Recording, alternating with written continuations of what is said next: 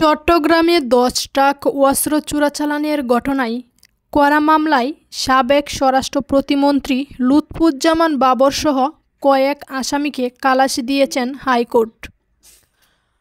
18 December বুধবার বিচারপতি মুস্তফা-জামান ইসলাম এবং বিচারপতি নাসরিন আক্তারের সমন্বয়ে গঠিত হাইকোর্ট বেঞ্চ এ রায় ঘোষণা করেন।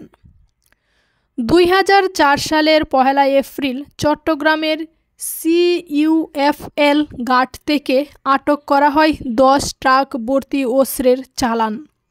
এ নিয়ে কর্ণফুলী থানায় অস্ত্র আইন ও বিশেষ ক্ষমতা আইনে চোরাচালানের অভিযোগে এনে 2টি মামলা করা হয়। মামলায় 2014 সালের 30 জানুয়ারি চট্টগ্রাম মহানগর দায়রা জজ আদালত এবং বিশেষ ট্রাইব্যুনাল 1 রায় দেন। এর মধ্যে অস্ত্র চোরাচালান মামলায় বিচারিক আদালতের রায়ে সাবেক শিল্পমন্ত্রী এবং জামায়াত ইসলামের আমির মতিউর রহমান নিজামী, সাবেক স্বরাষ্ট্র প্রতিমন্ত্রী লুৎফুজ্জামান বাবর, ভারতের বিচ্ছিন্নতাবাদী সংগঠন ওলফার সামরিক কমান্ডার পরেশ বড়ুয়া এবং 2টি গোয়েন্দা সংস্থার ঊর্ধ্বতন কর্মকর্তাসহ 14 জনকে ফাঁসির আদেশ দেওয়া হয়। অস্ত্র আইনে করা মামলায় যাবজ্জীবন কারাদণ্ডাদেশ হয় একই আসামিদের।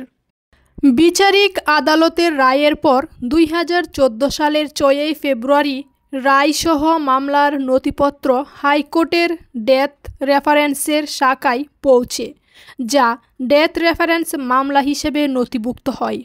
অন্যদিকে কারাগারে থাকা দণ্ডিত আসামিরা সাজার রায়ের বিরুদ্ধে 2014 সালে হাইকোর্টে পৃথক আপিল করেন।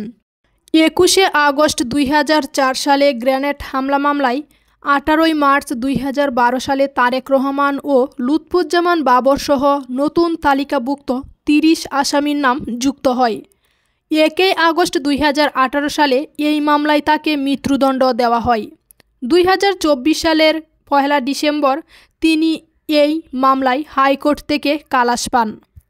2004 সালের ধরাপড়া 10 ট্রাক অস্ত্রের চালান মামলায় 3 অক্টোবর 2010 সালে 10 ট্রাক অস্ত্র মামলায় স্ট্যান্ড অ্যারেস্ট দেখানো হয় বাবরকে। এই মামলায়ও তাকে মৃত্যুদণ্ড দেওয়া হয়। 2024 সালের আজ 18 ডিসেম্বর এই মামলায় সাবেক স্বরাষ্ট্র প্রতিমন্ত্রী লুৎফুজ্জামান বাবর ও NSI এর সাবেক মহাপরিচালক অবসরপ্রাপ্ত মেজর জেনারেল রেজাকুল হায়দার চৌধুরী সহ 4 জনকে খালাস দিয়েছেন হাইকোর্ট।